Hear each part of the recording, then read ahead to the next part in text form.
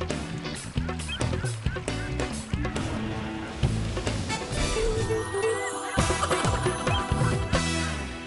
वालेकुम ख़वातीन और हज़रात, पेश खिदमत है हस्बे हाल। मैं हूं आपका मेज़बान जुनैद सलीम और शो में मेरा साथ दे रही हैं नाजिया और हम सबको बहुत अजीज़ी।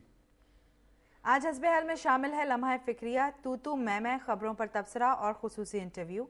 मगर सबसे पहले तस्करा करेंगे दुनिया के सबसे बड़े इंसानी इज्तिमा यानी फरीज़ा हज का।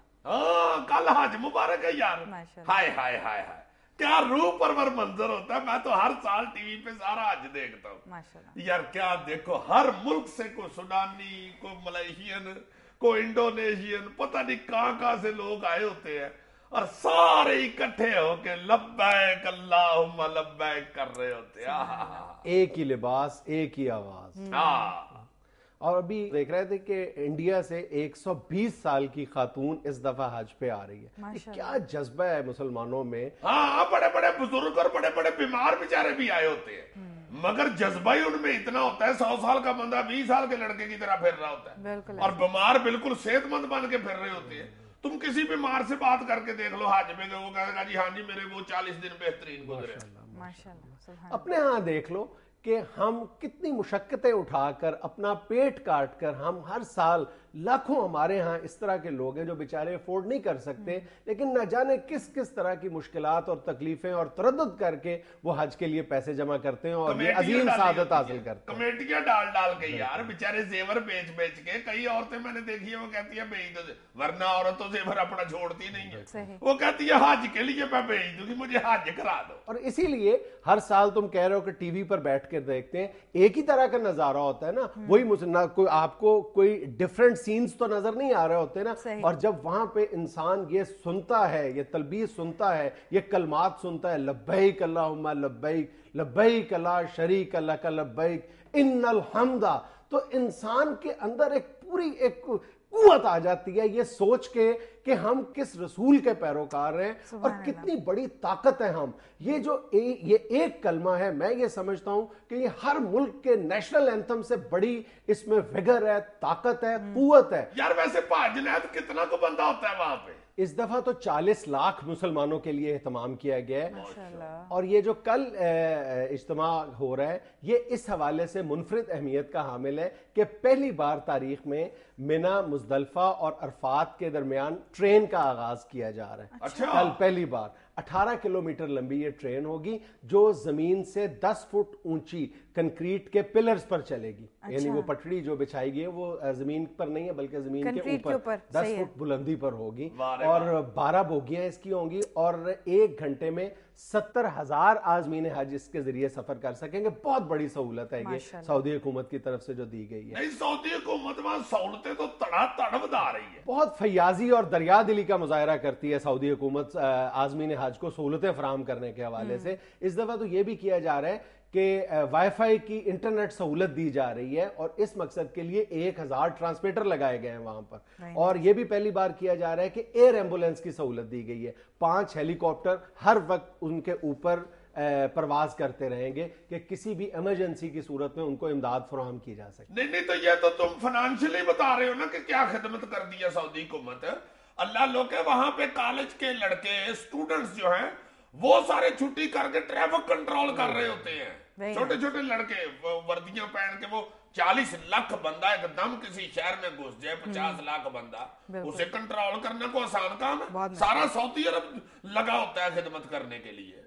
हज के दिनों में और रमजानुल मुबारक के दौरान बाकायदा आपको विजिबली ये महसूस होता है कि सऊदी अवाम बाकायदा कई गुना ज्यादा मेहमान नवाज हो जाते हैं। मिन्नतें कर रहे होते हैं मेहमानों की। बाहर से लोग जो गए होते हैं कि कुछ खा ले, ट्रे में खजूरे रख के रोजे खिला रहे होते हैं और मिन्नतें करते हैं बाकायदा कि हमारे मेरे खजूर से रोजा खोल। हज का जो सबसे ज्यादा खूबसूरत एस्पेक्ट है जो मुझे बहुत ज्यादा इंस्पायर करता है वो ये है कि जो इज्तमाइयत का तसव्वुर हज से मिलता है हमें, वो किसी और इबादत से नजर नहीं आता, उभर कर सामने नहीं आता जिस कदर हज के नतीजे में आता है। जब इंसान ये महसूस करता है कि मुल्क के पूरी दुनिया के कोने कोने से ये लोग जमा हुए हैं, तो इंसान को अपने अंदर एक नई तवानाई और कुव्वत महसूस होती है कि हम कितनी बड़ी ताकत है। और सिर्फ इस वजह से आज हम पूरी दुनिया में रुसवा हो रहे हैं कि हमने रसूलुल्लाह सल्लल्लाहु अलैहि वसल्लम का وہ خطبہ حجۃ الوداع جس میں انہوں نے فرمایا تھا کہ کسی گورے کو کسی کالے پر اور کسی کالے کو کسی گورے پر،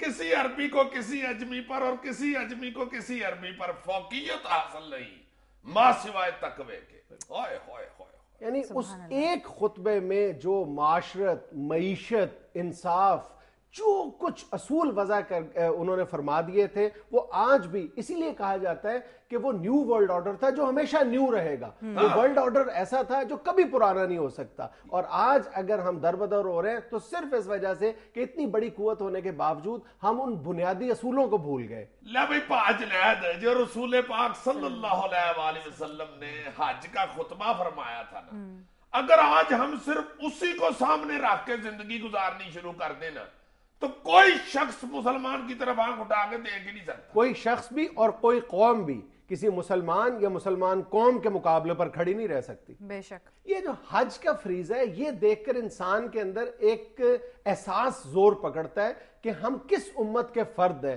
ہماری کتنی بڑی ہم طاقت کے مالک ہیں۔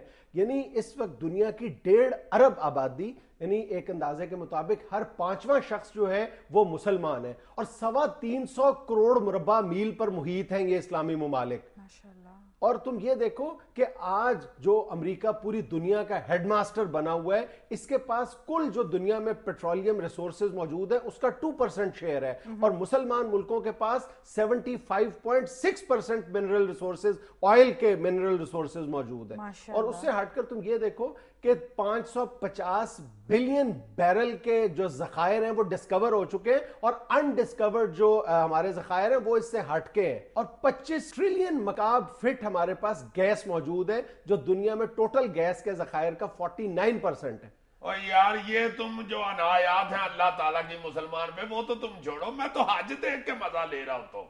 مین پاور جو نظر آ رہی ہوتی ہے، ہائے ہائے ہائے ہائے ہائے، کسی قوم میں کسی مذہب میں اس طرح ہے 40-50 لاکھ بندہ اکٹھا ہو کے جب اپنے اللہ تعالیٰ کو پکار رہا ہوتا ہے، سبحان اللہ، کیا روح پرور ان منظر کی ہے۔ اپنے دین کے ساتھ تم وابستگی کا اس بات سے اندازہ لگاؤ کہ کون سا مذہب ہے جو ہر سال ایک خواہش اس کے اندر اتنی توانا ہوتی ہے کہ وہ ہر سال اس قربانی دینے کے لیے تیار ہوتا ہے کہ اپنی قیمتی زندگی میں سے یا اپنے قیمتی ایام میں سے کم و بیش 30-40 ایام صرف اللہ کی خوشنودی کے لیے اپنی ہر مصروفیت، ملازمت یا کاروبار چھوڑ کر، اپنا گھر بار چھوڑ کر صرف اس کی بندگی کے لیے حاضر ہو جاتا ہے۔ دنیا کے اور کس مذہب میں یہ اسپرٹ موجود ہے؟ اور یار یہ جو مسلمان کو اس وقت دہشت گرد کا تانا دیتے ہیں، اللہ جانتے ہیں ان سب کو چاہیے کہ صرف ہمارا حج دیکھ کے یہ یقین کر لیں کہ اتنا آدم کٹھا ہوا اور اتنا ڈسپلنڈ اور پرامن۔ اور زیادہ حیرت کی بات یہ ہے کہ یہ تمام لوگ وہاں جو لاکھوں کی تعداد میں جمع ہیں، ان کا ایک دوسرے سے بظاہر کوئی تعلق نہیں ہے سوائے کلمہ طیبہ کے۔ یار ایسا بندہ وہاں پہنچا ہوتا ہے، اتنا غریب آدمی، حالانکہ یہ صاحب حیثیت بندے کا کام ہے۔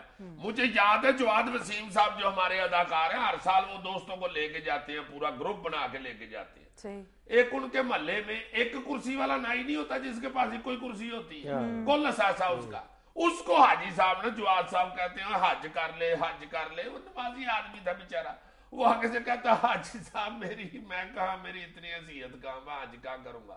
اسے کہتے ہیں صرف نیت کرو اور اللہ کے آگے دعا کرو، تم یقین کرو گے کہ اسی سال وہ بندہ حج کرنے گیا۔ ماشاءاللہ۔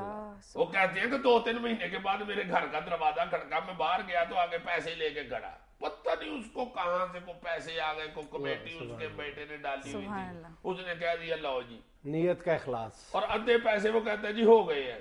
کہتے ہیں کہ حج تک اس کے پورے پیسے ہو گئے، وہ حج بھی کر آیا۔ ماشاءاللہ۔ ناظرین یہاں میں لینی ہے کمرشل بریک، ہمارے ساتھ رہیے گا۔